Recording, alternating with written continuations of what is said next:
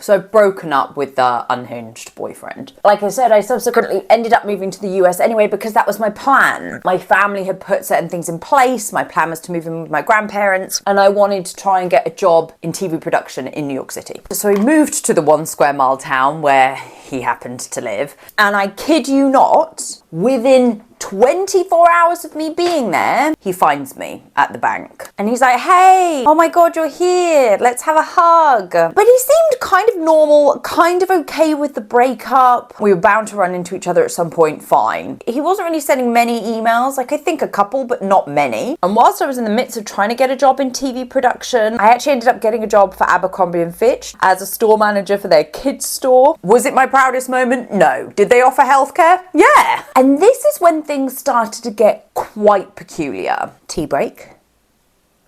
Like I said, I was living with my grandparents, and I remember coming home one time and my grandmother was talking about this person, how nice this boy was, and he was really nice, and he sat with them, and it's a small town, so everybody kind of knew each other, nobody locked their front doors, etc. And so people would come and go to see my grandparents very often. She was saying, you know, talking to my grandfather, he's such a nice boy, when he came and saw us earlier today. And I looked at her, I was like, who are you talking about, Grandma? She said, oh, this really nice boy came to see us today. Uh-huh. What was his name? And she told me his name, and it was the ex. Oh.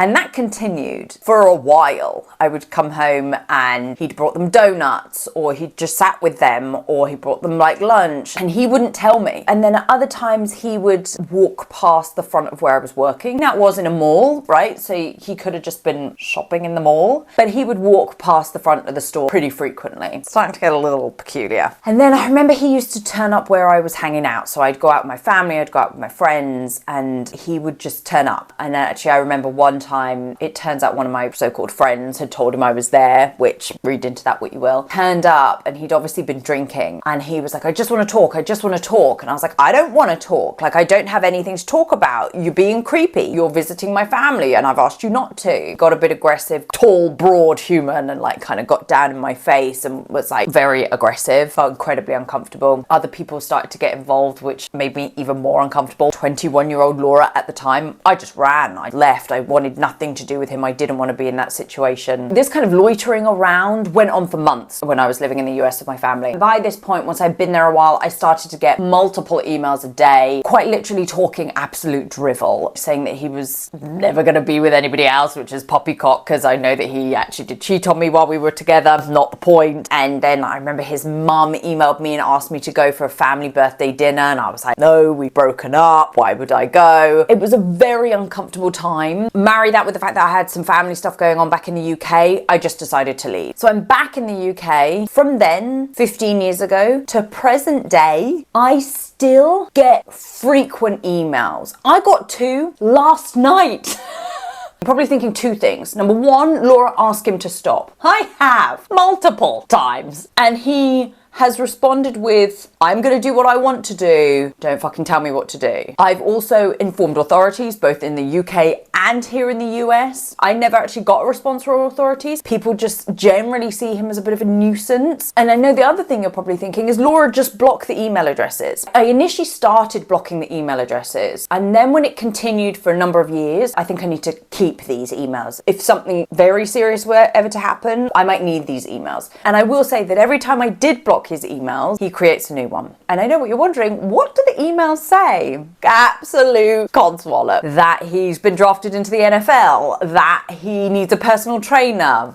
that he needs money. He saw me in South Carolina. I've never been to South Carolina. I should go and meet him, and this is where he is, talking about my family again. And this happened up until last night, where I got 2 emails from him from a new email address. And I have to laugh, because if I don't laugh, I get really scared. And the emails last night, very flattering to see you recently, and even entertaining the idea, maybe, of being with a hideous beast like me. I think you and your family are great people. As my energy gets bigger, maybe in some disconnected way we may prosper together. My heart was very broken by our relationship. I can't entertain the idea of re-embarking on trajectories with you. Great. I'm sure you have many suitors. Just one. I am married. And he knows that. And I support you in your choices to engage with whomever you please. I can't imagine a time where you'll ever be in my closest circle of energies. Fucking hope not. My kids will always come before our friendship. Oh yes, and in amongst all of this, he's apparently had 2 kids. You told me to get counselling about 13 years ago. I didn't. Kind of shows. You told me I was the biggest mistake of your life. Well, one of, yes. That's fair enough. Please stay well and leave me alone, please.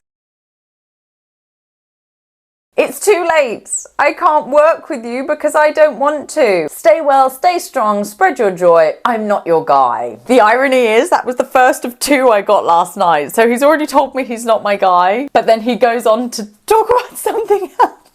Oh, if you don't laugh, you cry. This nuisance, and maybe harassment, has been going on for 13-ish years. Prior to that, we were only together about 2 years max. And whilst some of his emails can be sort of comical in a way, what is most frustrating, disturbing, unnerving is that it is completely out of my control. I will endeavour to try and update you as this continues because A, this is borderline cathartic to me, and B, much more importantly, so many people, men and women, go through life with a stalker. And I have never heard anybody talk about this. And that was always my ethos when it came to putting anything out on the internet, whether it be diet culture, the wellness industry, stalking. I wish I had seen somebody talking about these things when I was younger, when I needed it. So hopefully, maybe this has been helpful. And then maybe for the rest of you, this has just been entertaining.